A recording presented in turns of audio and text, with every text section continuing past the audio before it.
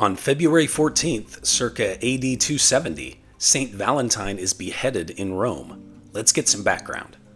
Claudius Gothicus, also known as Claudius II or Claudius the Cruel, became Emperor of Rome in AD 268.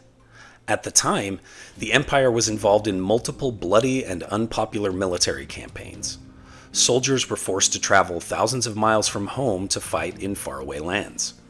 According to tradition, Claudius Gothicus banned young men from marrying, hoping that since fewer men were tied down, enlistments would improve. During this period, Valentine was an early Christian bishop from Terni, about 60 miles north of Rome along the Via Flaminia. He defied Claudius's edict and secretly performed marriages for young lovers. When this was discovered, he was arrested and sentenced to be beaten and beheaded on February 14th. Legend has it that while Valentine was in jail awaiting his fate, he and the jailer's daughter Julia became friends, and he wrote a farewell note to her which he signed, "From your Valentine." Saint Valentine is believed to be buried on the Via Flaminia. More than 2 centuries later, Pope Gelasius I established the feast of Saint Valentine in AD 496. There are many theories about how St. Valentine's Day became associated with lovers. One is that it was promoted as such to supersede the pagan holiday of Lupercalia, which was held in mid-February. Part of the celebration of Lupercalia involved the sacrifice of goats and a fertility rite where goatskin-clad priests would strike women who wished to conceive. It is unclear how effective this was.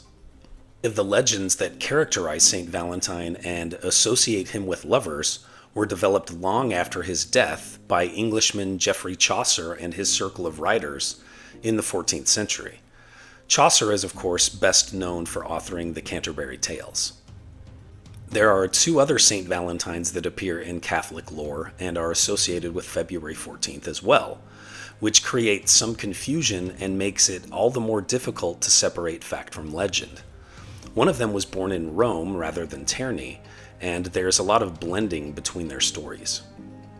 Adding to the confusion about the life of St. Valentine is the fact that Valentine and similar names were quite popular back in the day, which means there are a lot of individuals sharing the name.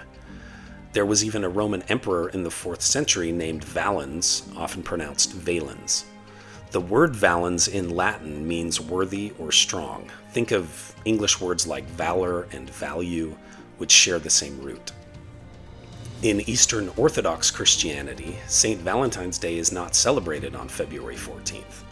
The Church commemorates 2 of the St. Valentines on different days, one on July 6th and another on July 30th.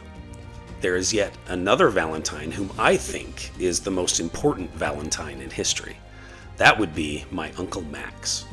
He was born on Valentine's Day back in 1927, and because of this, my grandparents gave him the middle name Valentine.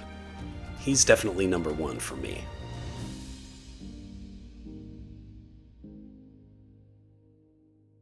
Here are other events that happened today in history.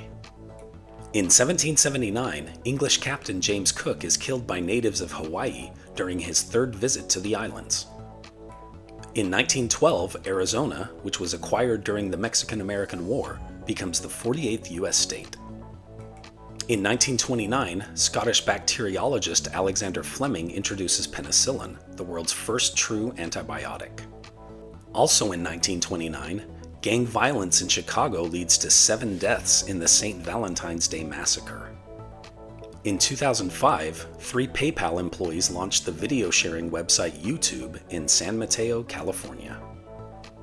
In 2018, 17 people are killed at a shooting at Marjory Stoneman Douglas High School in Parkland, Florida.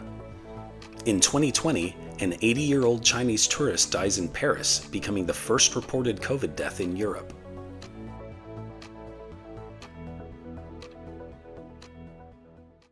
And now, it's time for our Today in History quiz. An explosion aboard which U.S. ship led to the Spanish-American War? The USS Maine, the USS Pueblo, the USS Constitution, or the USS Maddox? Think you know the answer? Drop your guesses in the comments below. Find out if you're right tomorrow on Today in History.